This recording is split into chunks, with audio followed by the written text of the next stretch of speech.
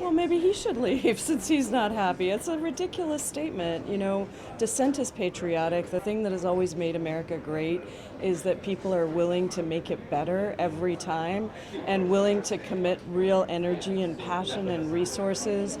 There's a freedom of speech issue. I think when you combine sort of a false patriotism with fear, which he puts into people because he's a bully, it really has tremendous consequences on suppressing dissent, and I think we have to refuse to allow that to be the case.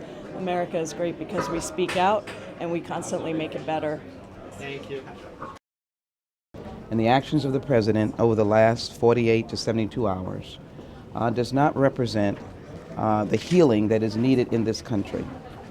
So I will be enthusiastically looking for the resolution, but I will also be introducing my own resolution of condemnation and also joining in the censure resolution and moving forward with the idea that the executive has to be analyzed to determine whether or not they have breached high crimes and misdemeanor.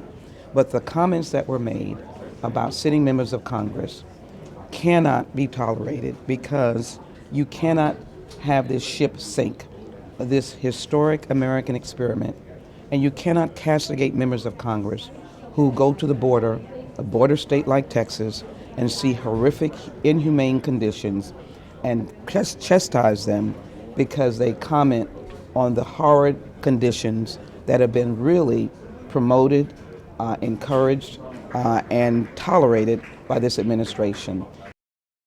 A number of Republicans have spoken out against the president's bitter and outrageous remarks, and a number of them have denounced the racism that those remarks embody.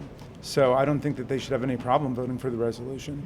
The resolution is a straightforward defense of foreign-born members of Congress, and there are lots of those. So, you know, it's un-American to tell people to go back to their country, especially when they're born in America, and then for the people who were born abroad who became Americans, they're every bit as much a citizen as people whose families have been here for generations.